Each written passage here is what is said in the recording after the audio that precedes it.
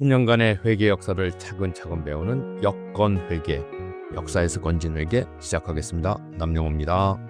제7편 도요다의 관리 회계, 그 중에서 7화 1번이 하는데 우리가 왜 못해? 7-7화 시작하겠습니다. 품질에 대한 1번의 뿌리, 어떤 생각을 가지고 물건을 만들까요? 1번 하면 장인 정신이 대표적이죠. 1번 말로는요, 모노츠쿠리, 그냥 평범한 단어예요. 직역하면 물건 만들기란 뜻인데 장인 정신의 의미로 쓰입니다. 라면 한 그릇, 칼 한 자루도 최고의 제품을 만들겠다. 이 장인 정신의 역사적 유래를 한번 보는 게 중요합니다. 에도 시대가 200년 유지됐는데요. 그 200년간 신분제도가 아주 강력히 시행됐습니다. 그래서 거주 이전의 자유라든지 직업 선택의 자유가 없었습니다. 그러다 보니까 예컨대 대장장이는 대대로 한 곳에서 대장장이 일을 해야 돼요. 따라서 대장장이 비법은 어떻게 돼요? 후대로 넘겨줘야 되죠. 자기 자식대가 잘해야 되잖아요. 그러니까 우리가 잘 아는 노포, 몇백 년 이어내는 노포가 참 많습니다. 그리고 당연히 장인 정신도 탄생합니다. 에도 막부를 좀 이해해야 됩니다. 에도 시대. 265년간을 일본을 통치를 하는데요. 누가 하느냐? 바로 유명한 도쿠가와 가문이 합니다. 그래서 이 쇼군의 이름을 따서 도쿠가와 막부라도 하고, 또 현재의 동경인 에도라는 데 수도를 뒀기 때문에 에도 막부라고도 합니다. 이때 특징은 뭐냐면 막부와 번의 체제입니다. 즉 쇼군의 통치 기구인 막부라는 게 있었고요. 다이묘라는 영주의 영지인 번이 있었습니다. 그림으로 보시면 이렇게 됩니다.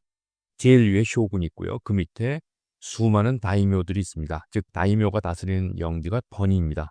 이 번 안에는 무사, 사무라이와 농민, 상인, 수공업자가 있었습니다.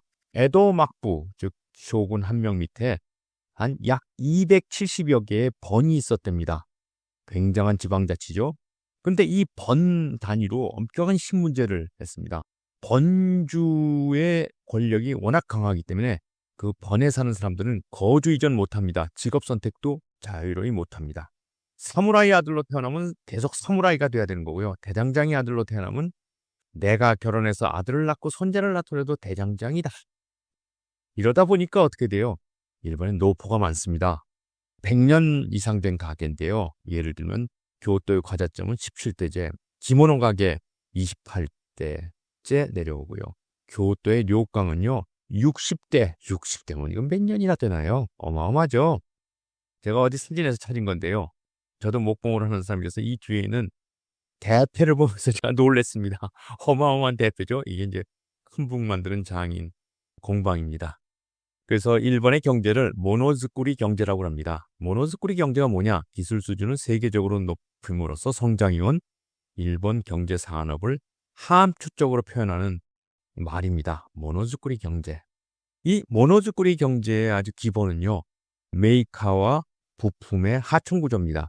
즉 1차, 2차, 3차 밴더의 수직 계열화, 그리고 메이카, 대기업을 일본 사람들은 메이카라고 합니다. 메이커인데요. 그리고 밴더, 부품 하청 기업을 밴더라고 합니다.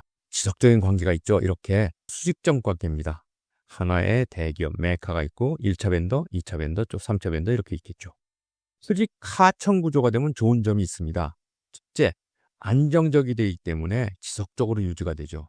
두 번째, 메이카 입장에서 하청 기업을 효율적으로 관리할 수 있고요. 그러면서 기술 교류도 하고 원가 절감을 위해서 상호 협력을 합니다. 그리고 이제 가장 중요한 게 장기적인 관계죠. 그러면서 중소기업 기술 발전에 기여합니다. 이게 바로 도요다 경영의 요체입니다. 도요다는요, 한 170개 정도의 1차 밴더가 있고 2차, 3차까지 다 합치면 한 3만 개 정도가 있답니다. 어마어마하죠? 이 하청 구조가 작동하는 건 어떻게 되느냐? 원가기획이라는 거 지난 시간에 배웠죠. 원가기획에서 1차 밴더와 함께 원가를 줄이는 노력을 하죠. 그래서 부품 기능 원가 최적화를 1차 밴더와 함께 합니다. 또 간반 시스템이라는 거, 저스트 인 타임의 핵심인 간반 시스템도요, 1차 밴더가 공장까지 들어와야 되는 거예요. 얼마나 밀접하면 메이카 공장까지 자유로이 드나들겠습니까? 그래서 이런 하청 구조는 현대는 존재하지 않습니다. 현대는 어떻게 바뀌었느냐? 이렇게 그물형으로 바뀌었습니다. 그렇지만 가장 일본이 발전한 1980년대, 90년대는 바로 이렇게 수직 구조였습니다. 그리고 두 번째 특징 중에 하나가 본사 공장의 근접이라고 할 수 있습니다. 도요타 자동차 사례를 보면요. 시내 중심부에 도요타 본사가 있습니다. 그리고 본사를 중심으로 30분 거리에 주요 공장 6개가 있고 또 공장을 중심으로 한 2,000여 개의 부품업체가 있습니다. 도요타 시라는 게 있습니다. 이 시는요. 나고야 옆에 있습니다. 이 지도 보시면 대충 일본의 어딘지 아시겠죠? 도쿄와 오사카 사이에 있는 시인데요. 이 시는 원래는 오로모시였습니다. 그런데 이걸 도요타시로 개명하고요. 약 35만 명 인구 중에서 50% 이상이 도요타에 관련된 사람들입니다. 이런 도요타시를 표현하는 게 이렇게 표현하더라고요. 트럭들이 마치 자전거체인 모습처럼 도요타 공장과 부품 공장을 쉴 새 없이 왔다 갔다 하며 부품업체들은 무재고 시스템에 맞춰 제때에 부품을 공급하고자 노력한다. 이렇게 되다 보니까 자동차 연간 300만 대를 이 지역에서 생산하고요. 트라이그로는 약 100조 원 정도에서 일본의 1위입니다. 예문 어떻게 되는지 대충 제가 AI한테 물어봤더니 이렇게 되네요. 디트로이트에 본사가 있고요. 이렇게 여기 바로 지금 부품업체입니다. 이런 것 부품업체가 이렇게 멀리 떨어져 있죠. 그리고 조립 공장은 이렇게 아주 멀리 있습니다. 멀리. 저스트 인 타임이 어떻게 되겠어요? 그래서 미국은 결국 일본과 다르다는 결론을 내립니다. GM이 모방을 해봤어요. 일본의 저스트 인 타임을 모방했습니다. 1980년대 초에 도요타 생산 방식을 벤치마킹해서 제로 인벤토리 해갖고 저스트 인 타임을 전사적으로 도입했습니다. 그런데 1982년에 부품 비도착으로 조류 라인이 3일간 정지됐습니다. 미국의 저스트 인 타임 시험 결과 어떻게 되냐? 재고 비용 줄지도 않고요. 긴급 조달 비용 생산 손실만 증가하고요. 도요타와 생산성 격차는 더 확대됩니다. 결국 Just in Time이라는 것은 기법, 기술이 아니라 문화와 시스템의 통합체다. 다시 말하면 부품 공급망, 품질, 노사관계가 함께 움직이지 않으면 실패한다는 결론을 얻으면서 끝났습니다. GIT의 의미가 뭐예요? 필요할 때만 생산한다. 이런 게 기본 정신이고요. 거기에 여유 재고를 가지고 있지 않은 생산 시스템입니다. 이 얘기는 무슨 얘기냐? 불량이 난다든지 지체가 되든지 결근한다든지 전 공정에 문제가 되면 전 공정에서 부품이 넘어오지 않게 되겠죠. 그러면 어떻게 돼요? 공정이 멈춰서죠. 그림으로 나타내면 이렇게 됩니다. 이것들이 뭐냐면요. 이것들이 다 암초입니다. 암초가 뭐냐면 여기 말한 대로 불량, 지체, 결근 뭐 이런 것들이 많아서 암초가 높으면요. 여유 재고가 적으면요. 배가 진행할 수가 없어요. 여유 재고가 적으면 배는 암초에 무조건 걸리게 돼 있습니다. 즉, 저스트 인 타임이 안 됩니다. 결국 여유 재고를 높여서 물 수위를 이렇게 높여야 됩니다. 암초들이 있더라도 배는 잘 가죠. 이렇게 된다는 게 뜻이 뭐냐? 여유 재고가 충분하면 배는 진행이 가능하다. 즉, 저스트 인 타임은 안 된다. 이런 얘기겠죠.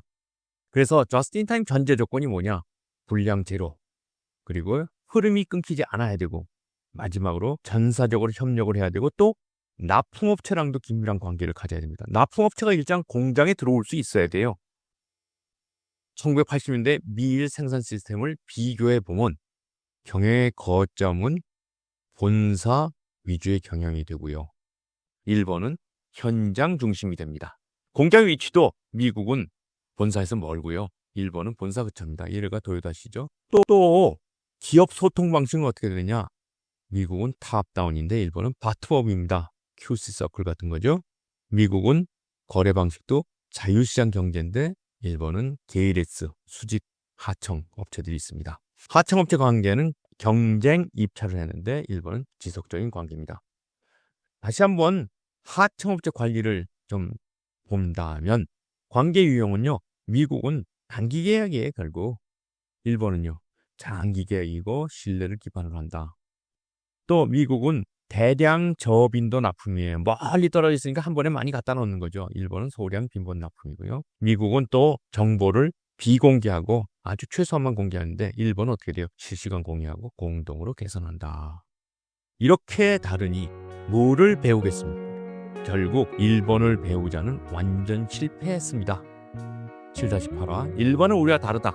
그래서 어떻게 돼요? 더욱더 숫자 경영으로 매진합니다. 이거에 대해서 한번 알아보겠습니다.